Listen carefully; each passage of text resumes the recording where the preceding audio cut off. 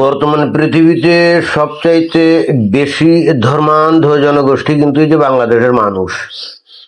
বাংলাদেশের মানুষের চাইতে এত বড় ধর্মান্ধ জনগোষ্ঠী পৃথিবীতে আর কোনো দেশে কোথাও নাই। এটা কিন্তু একেবারে পরিষ্কার বলে দেওয়া যায় এই বাংলাদেশের মানুষের আচার আচরণের মধ্য দিয়ে। তো এখানে আপনারা দেখতে পাচ্ছেন কি যে ভিসা জটিল করেও লাভ হলো না, আমেরিকার বুকে উড়লো ইরানি পতাকা। অর্থাৎ ওই বিশ্বকাপ খেলা এখন হচ্ছে তিনটা দেশে, কানাডা, তারপরে আমেরিকা আর মেক্সিকো, এই তিনটা দেশে, তাই না? তো এই বিশ্বকাপে ইরান কিন্তু কোয়ালিফাই করছে এবং ইরান কোয়ালিফাই করে তারা কিন্তু ওখানে খেলতেও গেছে যে আমেরিকাতে, আমেরিকার ক্যালিফোর্নিয়ার কোনো একটা স্টেডিয়ামে তাদের প্রথম খেলা ছিল ওই নিউজিল্যান্ডের সাথে।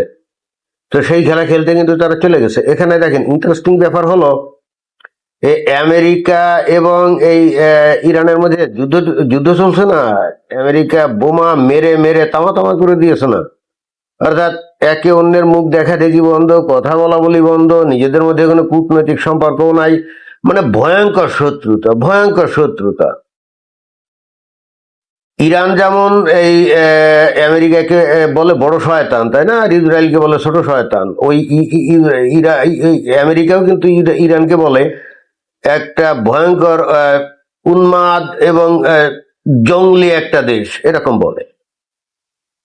তো এই মতো একটা অবস্থা যখন বিরাজমান, তখন এই যে ইরানের যে মানুষগুলো, তারা তো মুসলমান, আমরা জানি, যদিও শিয়া মুসলমান, কিন্তু তারপরে তো মুসলমান। তারা তো আল্লাহ, নবী, তারপরে কোরআন, এগুলোতে বিশ্বাস করে না, করে তো।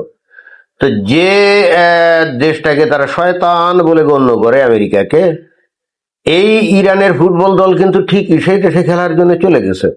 এখানে তাদের যে ভিসা দরখাস্ত ছিল সেগুলো নিয়ে নানা রকম ক্যালকিচিঞ্জা হয়েছিল। তারপরে তাদের ফুটবল টিমের যে কর্মকর্তা বা সহযোগী লোকজন থাকে না, তাদের অনেকেই নাকি ভিসা টিসা দেওয়া হয় নাই। তো এত প্রতিকূলতার মধ্যে দিয়েও কিন্তু এই যে ইরানের টিম, তারা কিন্তু এই যে আমেরিকাতে পৌঁছে গেছে। এখন চিন্তা করে দেখেন, যদি এরা সত্যিকার অর্থে ভয়ঙ্কর ধর্মান্ধ হতো, যেটা নাকি আমরা আমাদের কাছে প্রচার করা হয় যে ইরানিরা নাকি ভয়ঙ্কর ধর্মান্ধ এবং সেখানে তো ইসলামী শরিয়া বিধান চালু, তো বিষয়টা যদি সত্যি তাই হতো, তাহলে এরা তো আর যাই হোক এই ফুটবল বিশ্বকাপ এগুলো বয়কট করতো, করে ও বলতো যে আমরা আমেরিকায় যাব না।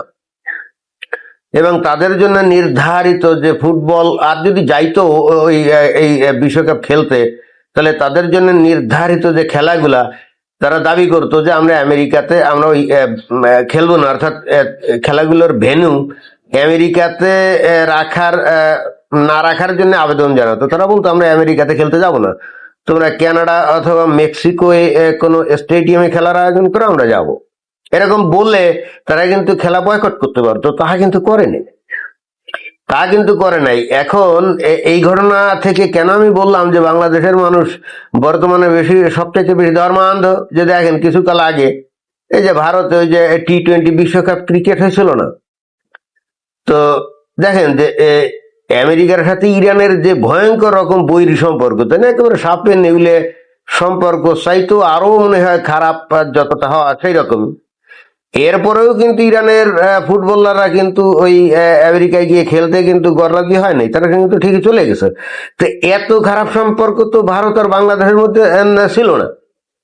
বাংলাদেশের যে অন্তর্বর্তীকালীন, অর্থাৎ ওই যে ইউনূস সরকার, তাই না, তো অবশ্যই সম্পর্কের যথেষ্ট অবনতি ঘটছিল, কিন্তু অন্তত এই আমেরিকা আর ইরানের মধ্যে যে ভয়ঙ্কর শত্রুতামূলক সম্পর্ক আমরা দেখি, এত খারাপ সম্পর্ক তো ভারত আর বাংলাদেশের মধ্যে ছিল না, কি ছিল? কিন্তু তারপরেও বাংলাদেশের সরকার কিন্তু এই যে ভারতে অনুষ্ঠিত এই T20 বিশ্বকাপ ক্রিকেটকে বর্জন করে বাংলাদেশের ক্রিকেট দলকে কিন্তু সেখানে যেতে দেয় নাই, কি তাই না, যেতে দেয় নাই। অথচ যাদের পরামর্শে, ওই যে পাকিস্তানের পরামর্শেই কিন্তু বস্তুত বাংলাদেশ এই ক্রিকেট খেলাকে বয়কট করে। ইন্টারেস্টিং ব্যাপার হলো সেই পাকিস্তান কিন্তু ঠিকই ওই বিশ্বকাপে খেলছিল। এখন তারা মনে হয় খেলছিল কোথায়, শ্রীলঙ্কায় কোনো একটা ভেন্যুতে, তাই না?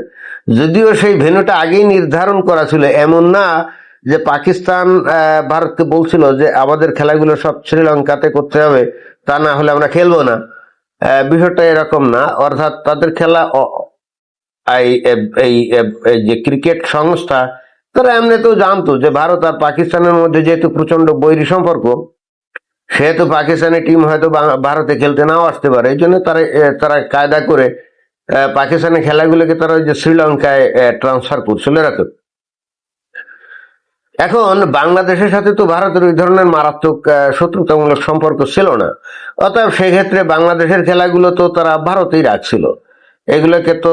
এবং অতঃপর বাংলাদেশ দাবি করছিল যে তাদের খেলাগুলোকেও কি ওই শ্রীলঙ্কাতে ট্রান্সফার করতে হবে, কিন্তু তখন কি বা ভারত শোনে নাকি, বা বিশ্বকাপ সংস্থা শোনে নাকি? তা তো শুনবে না। যাই হোক, মোদ্দা কথা হচ্ছে বাংলাদেশ ওই ক্রিকেটকে যে বয়কট করলো এর পেছনে কিন্তু পাকিস্তানের ব্যাপক সমর্থন ছিল, এবং বস্তুত পাকিস্তানের উস্কানিতেই বাংলাদেশ এই কাজটা করছিল। এবং এর ফলে বাংলাদেশের যে ক্রিকেট টিমের অনেক সদস্য, যাদের জীবনে হয়তো আর বিশ্বকাপ ক্রিকেট খেলার আর সুযোগ হবে না, তারা কিন্তু এই সুযোগগুলো হারাইছিল। এবং তখন এই যে আসিফ নজরুল সহ তো অনেক ছিল না, কত লম্বা লম্বা কথা বাতচিত ছাড়ছিল, তাই না? তো যাই হোক, বাতচিত ছাড়ুক আর যাই করুক, কিন্তু এটা তো প্রমাণিত হয়ে গেল যে ধর্ম বাংলাদেশের খেলোয়াড়দের কাছে সর্বাধিক গ্রহণযোগ্য বিষয়। এবং এখানে যেহেতু ভারত একটা হিন্দু রাষ্ট্র, তাই না, এবং অর্থাৎ সেখানে কেন তারা খেলতে যাবে? এবং ভারত নাকি নানা রকম ষড়যন্ত্র করছিল বাংলাদেশের এগেনস্টে। এখন কি ষড়যন্ত্র করছিল আমরা জানি টানি নাই, আমরা এর ফলাফল তো এখনো দেখলাম না বাস্তবে। বাট বাংলাদেশ কিন্তু ঠিকই ভারতের মতো একটা হিন্দু রাষ্ট্রে খেলতে যায় নাই। তো এইটা কিন্তু প্রমাণ করে যে দেখেন, এর থেকে অনেক কয়েক হাজার গুণ বেশি শত্রুতা এই আমেরিকার ইরানের মধ্যে। কিন্তু তারপরে ইরানের ফুটবল দল আমেরিকাতে যাওয়া কিন্তু বন্ধ করলো না, বলে না এই যে আমরা বয়কট করলাম বিশ্বকাপ, না, এই কাজটা তারা করে নাই। কারণ তারা খুব ভালো করেই জানে যে বিশ্বকাপে বছর বছর চান্স পাওয়া যায় না, সুযোগ পাওয়া যায় না। বিশ্বকাপ ফুটবলে চান্স পাওয়া অত্যন্ত কষ্টসাধ্য ব্যাপার। অর্থাৎ চান্স যখন একবার পাওয়া গেছে তখন এইটাকে কি হেলায় হারানো যাবে না। এবং এক্ষেত্রে তাদের ধর্ম কিন্তু বাধা হয়ে দাঁড়ায়নি।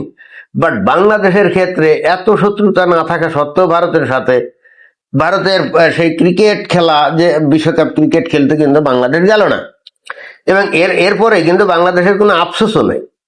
এমন না যে আমরা ক্রিকেটারদের তরফ থেকে খুব আফসোস দেখছিলাম বা বাংলাদেশের মানুষের তরফ থেকে খুব আফসোস দেখছিলাম, আমরা কিন্তু সেগুলো দেখি নেই। তার মানে তারা মনে করছিল হ্যাঁ এটা ঠিকই আছে। অর্থাৎ এই সমস্ত দৃষ্টান্ত দেখে কথা কিন্তু নির্দ্বিধায় বলা যায় এবং একেবারে নিঃসংকোচেই বলা যায় যে বাংলাদেশের মানুষের মতো এত ধর্মান্ধ পৃথিবীতে আর নেই, পৃথিবীতে আর নেই। তো এটাই বলার জন্য ভিডিওটা করা। ধন্যবাদ।